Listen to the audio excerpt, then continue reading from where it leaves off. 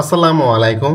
সরকারি কর্মচারীদের নবম পে স্কেল গঠন করা হয়েছে তাদের বেতন বৃদ্ধির জন্য, এবং সেই বেতন বৃদ্ধি যাতে সঠিকভাবে করতে পারে কমিশন, তার জন্য অনলাইনে একটি জরিপ তারা পরিচালনা করতেছে এবং সরকারি চাকরিজীবীদের বেতন বৃদ্ধিতে 32টা প্রশ্ন করা হয়েছে। যেভাবে আপনি পরামর্শ দিতে পারবেন, আপনি চাইলে এই পরামর্শ সকলে দিতে পারবে, সর্বসাধারণের জন্য এটা উন্মুক্ত। সামান্য একজন রিক্সা চালক থেকে শুরু করে বিজনেসম্যান, সচিব, কর্মকর্তা, কর্মচারী সবার জন্য উন্মুক্ত আছে। তো কিভাবে আপনি সেটা দিবেন সেটা নিয়ে আজকে আমি বিস্তারিত আলোচনা করব। ন্যায়সঙ্গত এবং কার্যকারী বেতন কাঠামো সুপারিশ প্রণয়নের বিভিন্ন বিষয়ে সবার পরামর্শ নিচ্ছে জাতীয় বেতন কমিশন 2025। পরামর্শ গ্রহণের 4টি প্রশ্নমালা দিয়েছে কমিশন। আজ 1 অক্টোবর প্রশ্নগুলো সবার মতামতের জন্য উন্মুক্ত করে দেওয়া হয়েছে। সরকারি চাকরিজীবী, সাধারণ নাগরিক, সরকারি প্রতিষ্ঠান ও অ্যাসোসিয়েশন বা সমিতির সদস্য সংশ্লিষ্ট প্রশ্নমালায় অংশগ্রহণ করতে পারবেন। 15 অক্টোবর পর্যন্ত এই প্রশ্নমালা কমিশনের ওয়েবসাইটে paycommission2025.gov.bd এই ওয়েবসাইটে পাওয়া যাবে। আপনারা লিঙ্কটি দেখতেই পারতেছেন। এই লিঙ্কে ক্লিক করে বা এই লিঙ্কে যেয়ে আপনারা সরাসরি চলে যেতে পারবেন ওয়েবসাইটে। অ্যাসোসিয়েশন বা সমিতির কেউ কমিশনের সঙ্গে সাক্ষাৎকার করতে ইচ্ছুক হলে অ্যাসোসিয়েশন বা সমিতির জন্য নির্ধারিত প্রশ্নমালা পূরণ করে জানাতে পারবেন। প্রাপ্ত সুনিশ্চিত মতামতের ভিত্তিতে বেতন কমিশন সরকারের নিকট একটি ন্যায়সঙ্গত ও কার্যকারী বেতন কাঠামোর সুপারিশ প্রণয়ন করতে সক্ষম হবে বলে জানিয়েছে কমিশন। পরামর্শদাতার ব্যক্তিগত তথ্য কেবল দাপ্তরিক কাজে ব্যবহৃত হবে বলে উল্লেখিত ওয়েবসাইটে প্রবেশের পর 4টি প্রশ্নমালা পাওয়া যাবে। সাধারণ নাগরিক ক্যাটাগরি দেখা যাচ্ছে। শুরুতেই এটি ব্রিফিং করেছে জাতীয় বেতন কমিশন সম্পর্কে। সেখানে বলা হয়েছে জাতীয় বেতন কমিশন 2025 অন্যতম উদ্দেশ্য হলো সরকারি, আধা সরকারি, স্বায়ত্তশাসিত প্রতিষ্ঠান, রাষ্ট্রায়ত্ত ব্যাংক, অর্থনৈতিক প্রতিষ্ঠান, সরকারি স্বায়ত্তশাসিত বিশ্ববিদ্যালয় এবং রাষ্ট্রায়ত্ত শিল্প প্রতিষ্ঠানসমূহ কর্মকর্তা কর্মচারীর জন্য ব্যাপক ভিত্তিক ও টেকসই বেতন কাঠামো প্রণয়ন, যা দেশের অর্থনৈতিক প্রবৃদ্ধি, মূল্যস্ফীতি উন্নয়নের কৌশলের সঙ্গে সামঞ্জস্য হবে। কমিশনের সুপারিশ প্রণয়নের সর্বস্তরের মতামত গ্রহণের লক্ষ্যে এই জরিপ প্রশ্নমালা প্রণয়ন করা হয়েছে। তো এখানে বেশ কিছু জিনিস আছে, এটা এখানে তারা স্টেপ বাই স্টেপ বলেছে। এরপরে বিভাগ সিলেক্ট করতে হবে আপনার প্রশ্নমালায়। সেখানে ইংরেজিতে নাম, পেশা, লিঙ্গ, বাসস্থান সিলেক্ট করে পরবর্তী ধাপে ট্যাব ক্লিক করুন। আমি এটা বিস্তারিত আপনাদেরকে দেখাবো। তো এখানে 32টি প্রশ্ন রাখা হয়েছে। সেই প্রশ্নগুলো আপনাকে উত্তর দিতে হবে এবং এটা আপনি অনলাইন জরিপে অংশগ্রহণ করতে পারবেন। কিভাবে সে অনলাইনে অংশগ্রহণ করতে পারবেন জরিপে সেটার আমি বিস্তারিত দেখাচ্ছি। তো এই লিঙ্কে ক্লিক করে সরাসরি এই ওয়েবসাইটে চলে আসবেন। দেখেন এখানে 4টি ক্যাটাগরি আছে: সাধারণ নাগরিক, সরকারি প্রতিষ্ঠান, সরকারি চাকরিজীবী, অ্যাসোসিয়েশন ও সমিতি। তো আপনি যেটাতে আবেদন করতে চাচ্ছেন অর্থাৎ মতামত দিতে চাচ্ছেন, 15 তারিখ পর্যন্ত আপনি মতামত দিতে পারবেন। অর্থাৎ আজকে থেকে শুরু করে আগামী 15 তারিখ পর্যন্ত এই মতামত তারা গ্রহণ করবে। তো আপনারা দেখতে পারতেছেন জাতীয় বেতন কমিশন 2025-এর ওয়েবসাইট এটা। তো ওয়েবসাইটে যেটা আছে এখানে মাননীয় উপদেষ্টা ছবি আছে এবং জাকির আহমেদ খান সভাপতি, পূর্ণকালীন সভাপতি, তার নেতৃত্বেই মূলত এই নবম পে স্কেলের যে কমিটি সেটা কাজ করতেছে।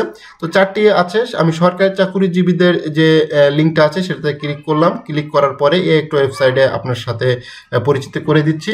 তো ওয়েবসাইটে আপনি চলে আসবেন। এখানে দেখেন যে জাতীয় বেতন স্কেল বিষয়ক অনলাইন জরিপ, সেটা কিভাবে আপনি প্রদান করবেন, সেখানে আপনি কোন বিভাগ থেকে আসলে আছেন, চাকরি করতেছেন, সেটা আপনাকে সিলেক্ট করতে হবে। তো আমি এখানে খুলনা বিভাগটা সিলেক্ট করলাম। জেলা হিসেবে আমি এখানে যশোরকে সিলেক্ট করলাম। তো শুরু করুন। এটা দেওয়ার পরে আপনার সামনে বেশ কিছু জিনিস চলে আসবে। পরবর্তী ধাপ, আমি বেশ কিছু জিনিস এখানে অ্যাপ্লাই করেছিলাম বিধায় সেই জিনিসগুলো এখানে দেখাচ্ছে। তারপর আমি স্টেপ বাই স্টেপ আপনাদেরকে আমি প্রথম থেকেই দেখাবো বিষয়টা। তো এখানে যে জিনিসটা দেখেন যেটা আছে সেটা হচ্ছে প্রথমে আপনার উত্তরদাতার নাম, আপনার নামটা এখানে দিবেন এবং আপনার যে পদবি সেটা আপনি দিবেন এবং আপনার ইমেল অ্যাড্রেসটা দিবেন এবং অফিসটা দিবেন। আপনি কোন অফিসে আসলে চাকরি করেন সেটা সম্পর্কে আপনাকে এখানে দিতে হবে এবং মোবাইল নম্বরটা দিবেন। তো আপনার বয়স কত সেটা আপনি এখানে দিতে পারেন। যে বয়স হচ্ছে আপনার বয়স যেটা সেটা আপনি এখানে দিবেন। আমি এখানে 30 থেকে 39 দিয়েছি। লিঙ্গ আপনি সিলেক্ট করবেন। প্রতিষ্ঠানের ধরন আপনি এখানে সিলেক্ট করবেন। চাকরির মেয়াদটা আপনি আপনার মতো এখানে সিলেক্ট করবেন। তো এখানে গ্রেড অবশ্যই গ্রেডটি দিবেন। তো এখানে গ্রেড আপনি যে গ্রেডে হন না কেন সেই গ্রেডটা আপনাকে এখানে সিলেক্ট করতে হবে। তো আমি এখানে যেহেতু 16তম গ্রেড, আমি 3য় শ্রেণী একজন কর্মচারীর হিসাবটা আমি বলতেছি। তো অফিসের অবস্থান আপনার সিটি কর্পোরেশন জেলা এভাবে দিবেন, যেহেতু যশোর একটি জেলা শহর, সেটা দেওয়ার পরে পরবর্তী ধাপে চলে যাবেন। তো এখানে আপনার বর্তমান মূল বেতন কত সেটা আপনি এখানে দিতে পারবেন, এটা আপনি ম্যানুয়ালি টাইপ করতে পারবেন, এই ম্যানুয়ালি টাইপটা আপনাকে করতে হবে। প্রাপ্ত মূল বেতন আপনার প্রয়োজনীয় মাসিক খরচ মেটাতে যথেষ্ট কিনা, যদি হ্যাঁ হয় তাহলে এখানে আর কোনো অপশন আপনার সামনে আসবে না, যদি না হয় তাহলে এখানে অপশন আসবে। যদি আপনি হ্যাঁ হন, দেখেন এখানে কোনো অপশনের প্রয়োজন নাই। তো না হলে আপনাকে অনেকগুলো অপশন আসবে। যদি আপনার উত্তর না হয়, সেক্ষেত্রে আপনি কত শতাংশ বেতন বৃদ্ধি করতে চাচ্ছেন বলে আপনি মনে করেন, সেটা এখানে 25 থেকে 40, 40 থেকে 60, 60 থেকে 80, হ্যাঁ, এভাবে আপনি একটা সিলেক্ট করবেন। আপনার গড় মাসিক বেতন কত টাকা, আপনার খাদ্য পানীয় বাবদ কত টাকা আপনার খরচ হচ্ছে সেটা আপনি দিবেন, বাসা ভাড়া বাবদ কত টাকা খরচ হচ্ছে, ইউটিলিটি চার্জ, এখানে ইউটিলিটি চার্জ বলতে আপনার ইন্টারনেট বিল প্লাস বিদ্যুৎ বিল দুটাই আপনি এখানে দিবেন, আনুষঙ্গিক অনেক বিল থাকতে পারে। চিকিৎসা ব্যয়, টেস্ট ওষুধ সহ আপনার কত খরচ হয়, শিক্ষা ও শিক্ষা উপকরণ সংক্রান্ত ব্যয় সেটা আপনার কত আসতেছে প্রত্যেক মাসে, যাতায়াত ও পরিবহন ব্যয় এটা কত আসতেছে, অন্যান্য কত আসতেছে। যেহেতু আমি এখানে তার বেতন দিয়েছি 13,700 টাকা, যেহেতু তার বেসিক অনুযায়ী সে সব মিলাই এই 22 থেকে 23,000 টাকা, সর্বোচ্চ 25,000 টাকা সে বেতন হতে পাইতে পারে। এখানে আপনি আপনার মতো আপনার যে, আমি জাস্ট এখানে কোনো ফর্ম পূরণ করতেছি না, আপনি জাস্ট আপনারটা পূরণ করবেন, ঠিক আছে, সেটাই আমি জাস্ট আপনাকে বোঝাচ্ছি। বিদ্যমান 20টি গ্রেড আপনি কি সমর্থন করেন কি না? আমার মনে হয় না কেউ সমর্থন করবে না, তো এখানে না দিবেন। যদি না হয় তাহলে কতটি গ্রেড হওয়া উচিত, আমি এখানে 12 দিয়েছি, অনেকে 10 দিতে পারে, 15 দিতে পারে, ঠিক আছে। তো আমার মনে হয় 12 থেকে 15 একটা যৌক্তিক একটা গ্রেড, এর নিচে আসলে যাওয়া কোনোভাবেই উচিত নাই, 12 থেকে 15 এনাফ। তো এই 12 যে গ্রেডটা আপনি দিচ্ছেন সেটার সপক্ষে আপনাকে যুক্তিটা লিখতে হবে। এই যুক্তিটা বিভিন্নভাবে বিভিন্ন জায়গায় এসেছে, বিভিন্ন সংগঠনের পক্ষ থেকে এসেছে, আপনারা সেইগুলো একটু ফলো করে সেই যুক্তিটা আপনারা এখানে টাইপ করে দিয়ে দেন। প্রস্তাবিত বেতন স্কেলে সর্বনিম্ন সর্বোচ্চ মূল বেতন অনুপাত কত হওয়া উচিত, এখানে সবাই বলতেছে 1:4, 1:4 আসলে তাদের ক্যাটাগরির ভিতরে নেই, অন্যান্যর ভিতরে দিয়ে আপনি এখানে 1:4 লিখে দিবেন। 1:4 হলে সবচাইতে বেটার। সরকার এখানে 1:8 করতে চাচ্ছে বা 8:1 করতে চাচ্ছে, সেটা আসলে কোনোভাবে গ্রহণযোগ্য নয়। ওই 1,60,000 টাকা সচিব পাবে, আর যে চতুর্থ শ্রেণী কর্মচারী সে পাবে 20,000 টাকা, এটা কোনোভাবেই গ্রহণযোগ্য নয়। 2015 সালে যে পে স্কেল দেওয়া হয়েছে সেখানে একই এই ঘটনা ঘটেছে। তো এইবার যাতে কোনোভাবে এই ধরনের ঘটনা ঘটতে না পারে, সচিবের বেতন থাকবে 1 থেকে 1.5 লাখ টাকা, আর একজন চতুর্থ শ্রেণী কর্মচারী যে তার গাড়ি চালাচ্ছে বা তার যে পিওন সে পাচ্ছে মোটে 20,000 টাকা। 20,000 টাকা তো সচিবের বাসা ভাড়ায় পেয়ে থাকে। তো বাসা ভাড়ার সময় একজন কর্মচারীর বেতন দিবেন আপনি, তার সংসার চলবে কিভাবে? তো এগুলো জিনিসগুলো বুঝতে হবে। সরকার এটা কোনোভাবে আপনারা 1:8 দিকে যাবেন না, 1:4 দিবেন, এটা সকলের দাবি। বিদ্যমান বেতন কাঠামো কি ধরনের অসঙ্গতি মনে করছেন? বেতন বৈষম্য তো আছেই, আরও আপনার যেটা মনে হয় সেটা আপনি সিলেক্ট করতে পারেন। আপনি কি মনে করেন বিদ্যমান বেতন মূল বেতন বার্ষিক ইনক্রিমেন্ট কি হারে হওয়া উচিত? এটা হচ্ছে যে গ্রেড 6 থেকে 20 5% বৃদ্ধি না, এটা 10% হতে হবে। 5 গ্রেডের যে বেতন বৃদ্ধি সেটা 4.5% ঠিক আছে, কারণ তাদের বেতন এমনিতেই বেশি। যে 3 থেকে 4 যাদের গ্রেড আছে তাদের 4% দিতে যাচ্ছে, তাই সেটাও ঠিক আছে। যদি না হয় তাহলে আপনি আগে কমাই দিতে পারেন। যাদের 2তম গ্রেড অর্থাৎ সেকেন্ড গ্রেড যারা আছে তারা 3.7% তাদেরকে দেওয়া প্রস্তাব করা হয়েছে। তো অবশ্যই তারা তাদের বেতনটা বৃদ্ধি বেড়ে দিতে পারে, বাট আপনি যেহেতু 6 থেকে 20 গ্রেডের ভিতরে যদি থেকে থাকেন, তৃতীয় এবং চতুর্থ শ্রেণী কর্মচারী হয়ে থাকেন, আপনাকে 10 বা 10-এর বেশি দিতে হবে, ঠিক আছে। সর্বনিম্ন 10, আমি চাই সর্বনিম্ন 10 অবশ্যই আপনারা দিবেন, এটা সংগঠনের পক্ষ থেকে বলা হয়েছে। মূল বেতন বার্ষিক ইনক্রিমেন্ট কোন ভিত্তিতে হওয়া উচিত বলে আপনি মনে করেন? মূল্যস্ফীতির সাথে সমন্বয় করে দিতে হবে। মূল্যস্ফীতি বাড়লে, কারণ জিনিসপত্রের দাম বেড়ে গেলে এটা তখনই বেতন বাড়াইতে হবে। জিনিসপত্রের দাম নিয়ন্ত্রণে রাখার দায়িত্ব হলো সরকারের। সরকার যদি এটা ব্যর্থ হয় তাহলে বেতন তাকে বাড়াইতে হবে, এটা সরকারকে বুঝতে হবে। আপনার পরিবারের 6 জন সদস্যের বর্তমান সর্বনিম্ন মূল বেতন কত হওয়া উচিত? এখানে সর্বনিম্ন মূল বেতন আমি এখানে আসলে ভুল দিয়েছি, 45,000 টাকা। এটা এখানে যেটা দেওয়া উচিত 35,000 টাকা অথবা 25,000 টাকা দেওয়া যেতে পারে। মূল বেতন 25,000 টাকা হতে পারে, তার সাথে আনুষঙ্গিক ভাতা বেড়ে আপনাকে কিন্তু অনেক টাকা বেতন হওয়াতে পারবে, যেহেতু 6 সদস্যের হিসেবে এখানে বলা হয়েছে। হয়েছে। সকল কর্মচারীর জন্য একই হারে বেতন সমর্থন করেন না। উত্তর যদি না হয় তাহলে সকল গ্রেডের জন্য সব, তবে নিম্ন গ্রেডের জন্য বেশি দিতে হবে।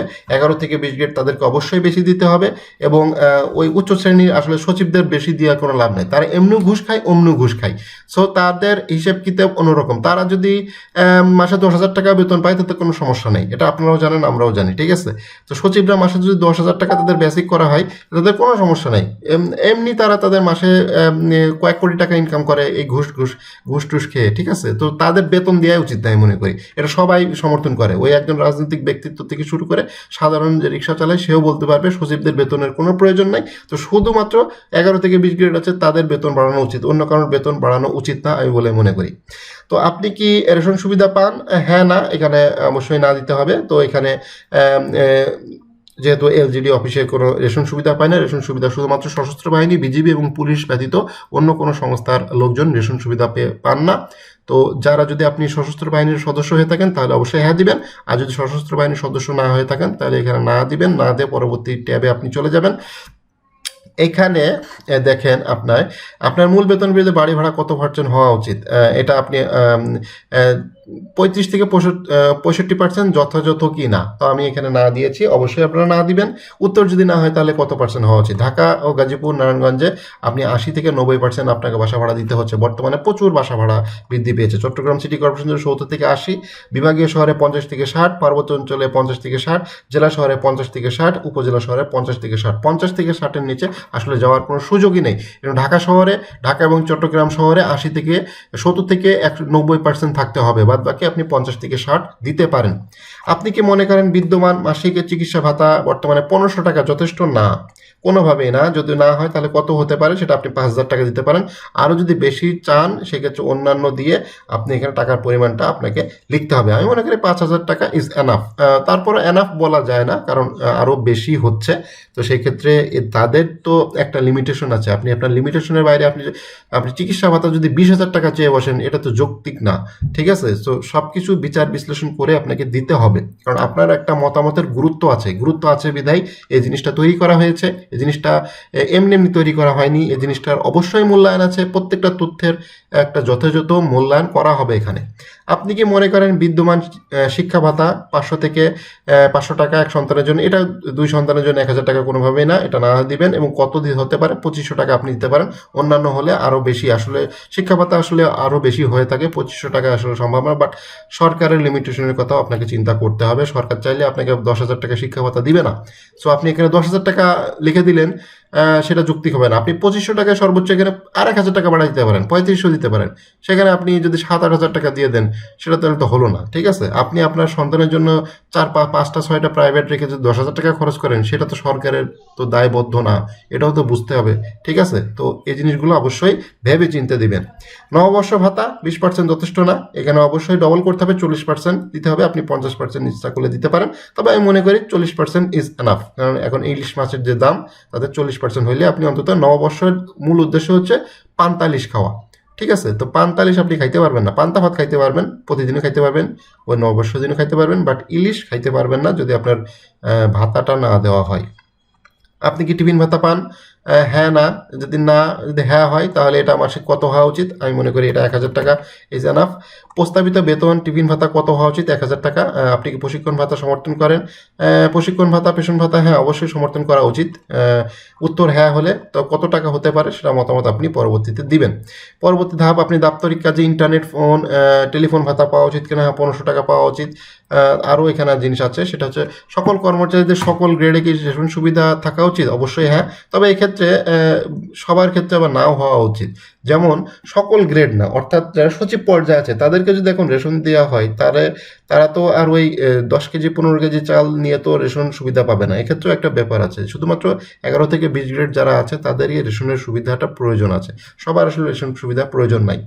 রেশন সুবিধা কোন রূপে হওয়া উচিত? খাদ্যশস্যটাই দেওয়া উচিত। নগদ টাকা দিলে আসলে এখানে লাভ নাই, কারণ আপনি নগদ টাকা দিয়ে ওই খাদ্যশস্য যখন কিনতে যাবেন ওই টাকা দিয়ে আপনার খাদ্যশস্য আপনি কিনতে পারবেন না। তো সেই ক্ষেত্রে অবশ্যই আপনি খাদ্যশস্য দিবেন, নগদ টাকা দিবেন না। নগদ টাকা দিলে আপনারই লস হবে। কি জন্য? কারণ আপনি ওই টাকা দিয়ে, হ্যাঁ খাদ্যশস্যের ক্ষেত্রে আপনার একটু কম বেশি, অর্থাৎ আপনারা যারা জানেন যে পুলিশ বিজিবি এই সশস্ত্র বাহিনীতে খুব একটা উন্নত মানের খাদ্যশস্য কিন্তু দেওয়া হয় না। আপনি রেশন সুবিধা তারা পাচ্ছে, তাদের কাছে শুনিয়ে দেখেন তারা যে খুব ভালো মানের যে চাল পাচ্ছে, ভালো মানের যে আটা পাচ্ছে, ভালো মানের যে চিনি পাচ্ছে, বিষয়টা কিন্তু এরকম না। ঠিক আছে, তো এখানেও একটা ব্যাপার আছে। তারপরেও তারা চলতেছে, মানে চলার মতো চলে। এখন আপনার হয়তো পছন্দ না হইতে পারে, অনেকের পছন্দ ওঠানামা করতে পারে, বাট এটা আপনার ডিসিশন।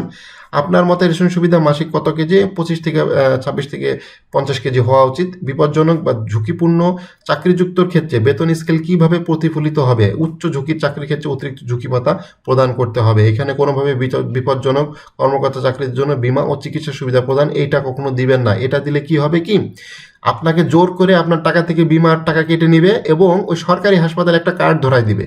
বুঝতে পারছেন? এটা করলে কি হবে, চিকিৎসা সুবিধা প্রদান, চিকিৎসা সুবিধা প্রদান সরকারি হাসপাতালে একটা ওই যে ফ্রি কার্ড টাইপের করে দিবে, আপনাকে অফিস থেকে একটা দিয়ে দেবে ফ্রি কার্ড। ঠিক আছে, আপনি চাইলেও ওই বাইরে চিকিৎসা করাইতে পারবেন না, বাট আপনি যখন আপনার সমস্যা হবে, সরকারি হাসপাতালে কিন্তু সকল চিকিৎসা দেওয়া হয় না, তখন আপনাকে অটোমেটিকলি বাইরের কোনো প্রাইভেট হাসপাতাল বা বিদেশে চিকিৎসার ব্যবস্থা করতে হয়। সেটা যদি টাকা দেওয়া হয় তাহলে আপনার জন্য বেটার, বাট আপনাকেও একটা ফ্রি চিকিৎসার কার্ড ধরাই দিবে হাতে, আপনি যে পড়বেন ওই সরকারি হাসপাতালে, যে ওখানে চিকিৎসার তো কিছু হয় না, কারণ সরকারি হাসপাতালে সরকারি ডাক্তারই ঠিক মতো থাকে না, তো সেখানে আপনাকে চিকিৎসা কে দেবে? ওই নার্সরা চিকিৎসা দিবে আপনাকে। ঠিক আছে, তো এটা কখনো দিবেন না। আর বিমা কথা যখন বলবে তখন কি করবে, আপনাকে ওই বিমার টাকা কেটে আপনাকে বেতনটা দিবে। ঠিক আছে, তো ওই জীবন বিমা টিমা হিসেবে বিমা টিমার হিসেব কি দেবো? আমার ফুল টাকা দিয়ে দেন। মূল কথা হচ্ছে আমি ফুল টাকা পেয়ে যাব হাতে, তারপরে আমি বিমা করব কি ডিপিএস করব কি কি করব না করব সেটা আমার ব্যাপার, বাট টাকাটা আপনাকে ফুল দেন, অর্থাৎ ঝুঁকি ভাতাটা আমারে দেন, ঝুঁকি ভাতা দিতে হবে। আপনি কি বর্তমানে দপ্তর ও পদভিত্তিক প্রযোজ্য ক্ষেত্রে মোবাইল ফোন ভাতার বিল সুবিধা পান? তো না, তৃতীয় শ্রেণী কর্মচারী কিছুই পান না। আচ্ছা, যদি বিল পাওয়া উচিত, কত হওয়া উচিত? অবশ্যই 1500 টাকা হওয়া উচিত। আচ্ছা, এখানে আরেকটি প্রশ্ন আছে, সেটা হচ্ছে যে জীবনযাত্রার ম্যান কস্ট লিভিং অ্যাডজাস্টমেন্ট বাজার দর মোতাবেক লক্ষ্য মূল্যস্ফীতি সমন্বয়পূর্বক বেতন বৃদ্ধি আরম্ভ করা উচিত। অবশ্যই করা উচিত। মূল্যস্ফীতির সাথে সমন্বয়পূর্বক বেতন বৃদ্ধি কত বছর পর পর করা উচিত বলে মনে করি? প্রতি 5 বছর পর অন্তর অন্তর। তো আপনি চাইলে এখানে 2 বছর দিতে পারেন, প্রতি বছর তো কোনোভাবেই সম্ভব না, 5 বছর ঠিক আছে, এনাফ। জীবনযাত্রার ব্যয় বৃদ্ধির সাথে সাথে বেতন কিভাবে সহানুপাতিক রাখা যায়? স্বয়ংক্রিয়ভাবে মূল্যস্ফীতির সাথে বেতন বৃদ্ধি করতে হবে। পরবর্তী ধাপ কি আছে? বিদ্যমান পেনশন সুবিধা এখানে 100% করতে হবে। পেনশন সুবিধার জন্য প্রদত্ত চিকিৎসা ভাতা যথেষ্ট বলে মনে করেন? এখানে দেখেন আপনার 2,000 টাকা বা 2500 টাকার উপরে আপনি দিতেই পারবেন না। ঠিক আছে, দিতে গেলে দেখেন নিবে না। তো এখানে আপনি এই জিনিসগুলো আপনাদের মতো দিতে পারবেন, যারা পেনশনের জিনিসগুলো আছে এগুলো দিতে পারেন। এবং কর্মদক্ষতার ভিত্তিতে বেতন নির্ধারণ করা উচিত। একাধিক উত্তর হতে হবে। সতত দক্ষতা, উদ্ভাবন, সৃজনশীলতা, সেবার মান, সমাবর্তিতা, এই জিনিসগুলো অবশ্যই থাকতে হবে। সরকারি কর্মচারীদের বেতন বৃদ্ধির ফলে দুর্নীতির অন্যতম কারণ বলে মনে করেন? হ্যাঁ, অবশ্যই হ্যাঁ। সরকারি কর্মচারীদের বেতন বৃদ্ধি করলে দুর্নীতি হ্রাস পাবে বলে করেন? হ্যাঁ, কিছুটা কমবে। কমবে। আসলে দুর্নীতি যারা করে তারা আসলে বেতন কোটি টাকা দিলেও তাদের আর দুর্নীতি কমাতে পারবে না। তো এখানে সম্ভবত দেওয়া উচিত। ঠিক আছে, তো ওই আসলে বাস্তব কথা এটা। এগুলো হ্যাঁ অনেকেই দিবে, বাট বাস্তব কথা সম্ভবত কমতেও পারে, নাও পারে, কোনো গ্যারান্টি নেই। দেশের সর্বস্তরে সুশাসন, স্বচ্ছতা, জবাবদিহিতা নিশ্চিতকরণের জন্য করণীয় পন্থা কী হতে পারে বলে আপনি মনে করেন? সততা থাকতে হবে, স্বচ্ছ পদোন্নতি নীতি থাকতে হবে, নৈতিক প্রশিক্ষণ থাকতে হবে, তারপরে ডিজিটাল আর্থিক ব্যবস্থা থাকতে পারে, বার্ষিক সম্পাদন বিবরণী দাখিল, অপরাধ প্রমাণিত হলে কঠোর শাস্তির ব্যবস্থা রাখতে হবে।